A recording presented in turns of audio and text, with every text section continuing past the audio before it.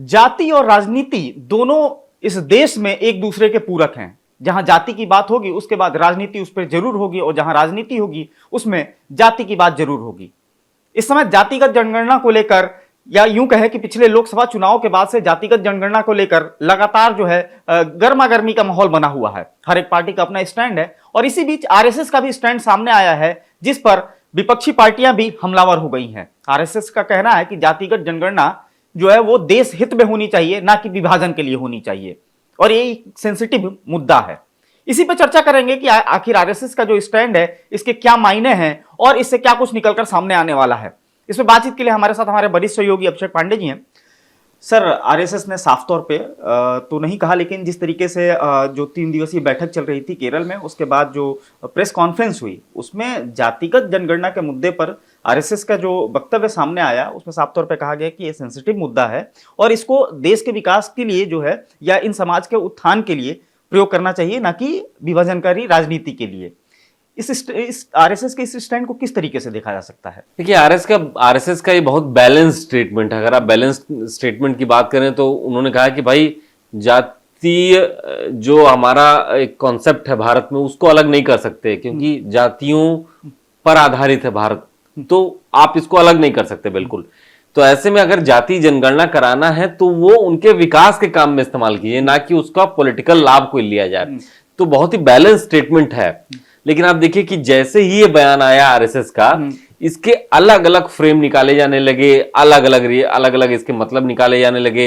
ये कहा जाने लगा कि आरएसएस ने जाति जनगणना का पूरा समर्थन किया है। ये समर्थन किया है, लेकिन एक शर्त के साथ किया कि कीजिए आप, लेकिन जो आपके पास जाति जनगणना के जो आंकड़े आए उसका इस्तेमाल उनके वेलफेयर में कीजिए, अपने पॉलिटिकल लाभ के लिए नहीं। क्योंकि भारत में तमाम राजनीतिक दल हैं जो जातियों के आधार पर बने गए हैं। लगभग सभी क्षेत्रीय राजनीतिक दल हैं वो जातियों के आधार पे हैं, कुछ मुद्दों के आधार पे हैं, कुछ भाषा के आधार पे हैं, कुछ अलग अलग आधार, लेकिन जातियों के आधार पे ज्यादा है, तो उसका फायदा उनको मिलेगा। और आप देखिए, कांग्रेस पार्टी का तुरंत रिएक्शन आ गया कि भाई आरएसएस ने ये क्यों नहीं कहा कि जातीय जनगणना होनी चाहिए। उन्होंने कहा कि कांग्रेस आरएसएस का कहना है कि जातीय जनगणना नहीं होगी। एक उसका अर्थ उन्होंने दूसरी तरफ निकाल लिया। तो सबने अपने अपने हिस्से का उसमें मतलब निकाला है। लेकिन एक बात सही है कि आरएसएस के इस मतलब के इस बयान के बहुत सारे मतलब है। बीते एक दशक की अगर राजनीति को आप देख लीजिए तो 9 सालों तक तो सब सही चला। आखिरी के 1 साल में जातीय जनगणना का जो मुद्दा है उसने भाजपा को बहुत परेशान किया है। आरएसएस पर भी आरोप लगता रहा है कि आरएसएस जो है वो आरक्षण को लेकर के उसका कॉन्सेप्ट क्लियर नहीं है, जातिगत जनगणना को लेकर के उसका कॉन्सेप्ट क्लियर नहीं है। और बीते लोकसभा चुनाव में ये सारे मुद्दे हावी रहे, इसका असर दिखाई दिया चुनाव में। तो आरएसएस ने इसीलिए बहुत बैलेंस स्टेटमेंट दिया है कि उसके बयान से बीजेपी को भी नुकसान ना हो, आरएसएस को भी नुकसान ना हो, और अपना काम भी बन जाए। काम का मतलब बन जाए कि लोगों में एक मैसेज पहुंचे कि जो अपोजिट पार्टियां हैं, कांग्रेस हो, तमाम अलग क्षेत्रीय दल हो, वो जातिगत जनगणना अपने मतलब के लिए कराना चाहती है, जबकि हम और बीजेपी कह लीजिए ये जातिगत जनगणना का जो इनका कॉन्सेप्ट है वो आपके वेलफेयर के लिए, कॉन्सेप्ट क्लियर करने की उन्होंने कोशिश की है। तो आरएसएस का बहुत बैलेंस स्टेटमेंट है, लेकिन आने वाले समय में इसके बहुत सारे पॉलिटिकल माइलेज अलग अलग पॉलिटिकल पार्टीज लेते हुए दिखाई देंगे। आरएसएस पे चौतरफा हमला शुरू हो गया उनके इस बयान के बाद। आज ही सुबह मायावती का स्टेटमेंट आया, उन्होंने कहा कि आरएसएस का मन साफ नहीं। आरएसएस खुल के बोले ना, ये बीच का रास्ता लेने वाली कौन सी बात है। अब आरक्षण वाले मुद्दे पर आरएसएस वैसे ही घिरती आई है, अब जातिगत जनगणना के मुद्दे पर उसको घेरा गया है। तो जो डर था वही डर हुआ, वही सच साबित हो रहा है कि भाई जो मूल उद्देश्य होना चाहिए उसकी बजाय बाकी सब हो रहा है। जातिगत जनगणना राहुल गांधी ताल ठोक के कहते हैं कि भाई हम आएंगे, आ जाएं 2 साल 4 साल 5 साल बाद जब भी है सरकार में तो हम कराएंगे। भाई यूपीए सरकार आप ही की थी ना, आपने कराया भी तो क्यों नहीं उसको पब्लिक डोमेन में लाया? उसके बाद 2 साल का समय आपके पास रहा, आपने क्यों नहीं डोमेन में जाए? दरअसल आप राजनीति के लिए तो इस्तेमाल कर सकते हैं, सरकार चलाने में आपको बहुत सारी चीजें सोचनी पड़ती हैं।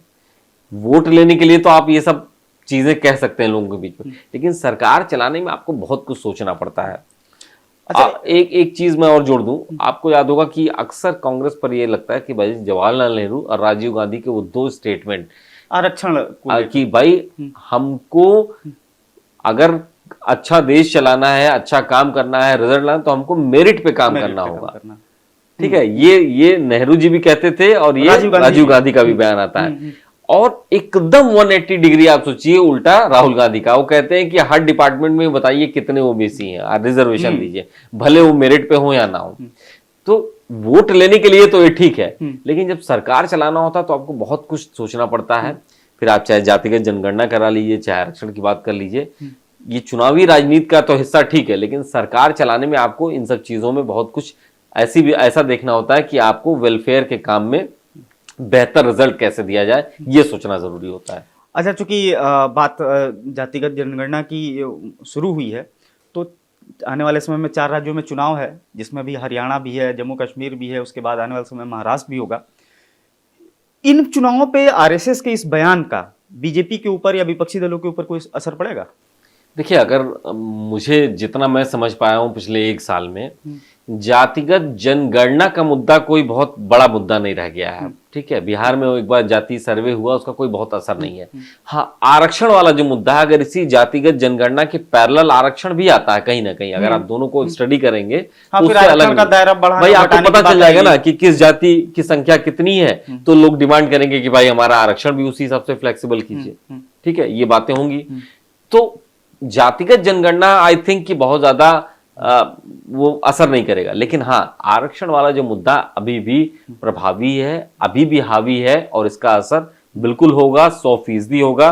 भाजपा को यही डर है, इसी नैरेटिव को खत्म करने के लिए कहीं ना कहीं जो केरल में बैठकें हुई, भाजपा की जो अपनी बैठकें हो रही है, और उसी का मुझे लगता है एक आउटकम है कि आरएसएस का स्टेटमेंट आया है। अच्छा, क्या ऐसा नहीं हो सकता कि जैसे जातिगत जनगणना अगर मानिए कराई जाती है, और एक तरफ आरक्षण वाला मामला है जिसको सुप्रीम कोर्ट ने सब डिवीजन की जो बात की, उस सब डिवीजन पर लेकर जो है सारी विपक्षी पार्टियां बिल्कुल सरकार पे हमलावर रही, मोदी जी को खुद कहना पड़ा कि ऐसा कुछ होने नहीं जा रहा है।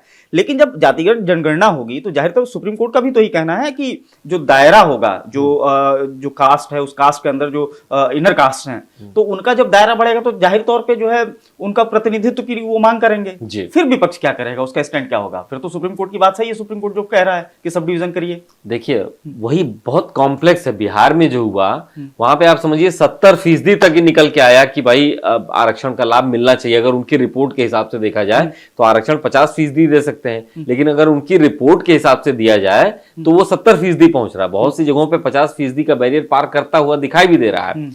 तो समस्या यही है कि आपके पास सीमित है वही 50%, देना उसी में है आपको। अब किसको निकाले, किसको छांटे? आपने जातिगत जनगणना कराई तो पता चला कि साहब इतने लोग और हैं, इनको और देना पड़ेगा, तो आप उसको कैसे उसी में डालेंगे? फिर जिसको मिल रहा है वो विरोध करेगा कि नहीं, इनको मत लाइए इसमें।